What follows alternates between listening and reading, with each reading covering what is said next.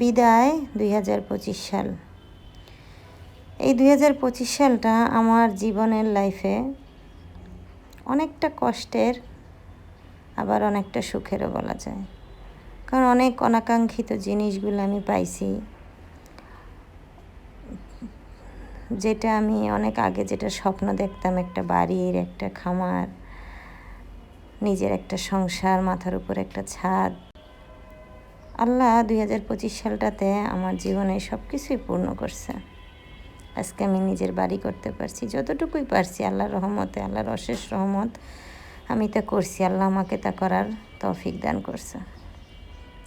মনের মতো করে একটা খামার সাজাইছি। এখনও যদিও পূর্ণতা পায় নাই, এখনও আমার মুরগির শেড, গরুর ঘর এগুলা বাকি আছে।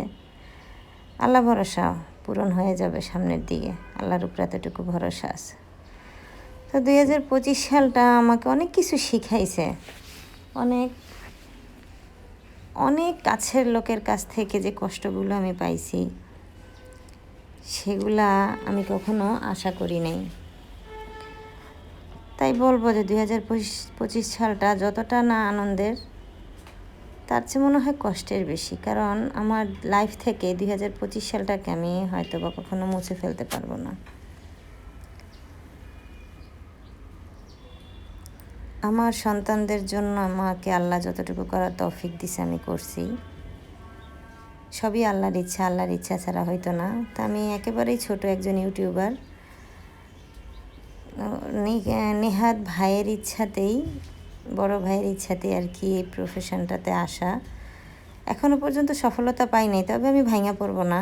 যারা নতুন আছেন তাদেরকেও বলবো যে এই প্রফেশনে ভাঙা পড়লে হবে না, পরিশ্রম করতে হবে, ধৈর্য ধরতে হবে। যেটা শুনে আসতেছি এই বড় বড় ইউটিউবার ভাই বোনদের কাছ থেকে, যে ধৈর্য ধরতে হবে। হ্যাঁ, আমি ধৈর্য ধরে আছি। আমি প্রায় আজকে 1 বছর যাবৎ আমি এই প্রফেশনটাতে আছি। আশা করি আল্লাহ আমাকে আমার ধৈর্যের ফল দিবেন। আমি অপেক্ষা করব আমার সফল কাম হওয়ার দিনগুলোর জন্য। আপনারাও দোয়া করবেন আমার জন্য, আমাকে লাইক করবেন, আমার ভিডিওগুলোতে কমেন্ট করবেন। যদি কোনো ভুলভ্রান্তি হয়ে থাকে অবশ্যই জানাবেন, এবং আমাকে আমার চ্যানেলকে সাবস্ক্রাইব করবেন, আমার পাশে থাকবেন। আমার ছোট্ট প্রয়াসকে বড় করে তোলার পিছনে অবশ্যই আপনারা আপনাদের ভূমিকা পালন করবেন, আশা করি আপনাদের কাছ থেকে। আসসালামু আলাইকুম।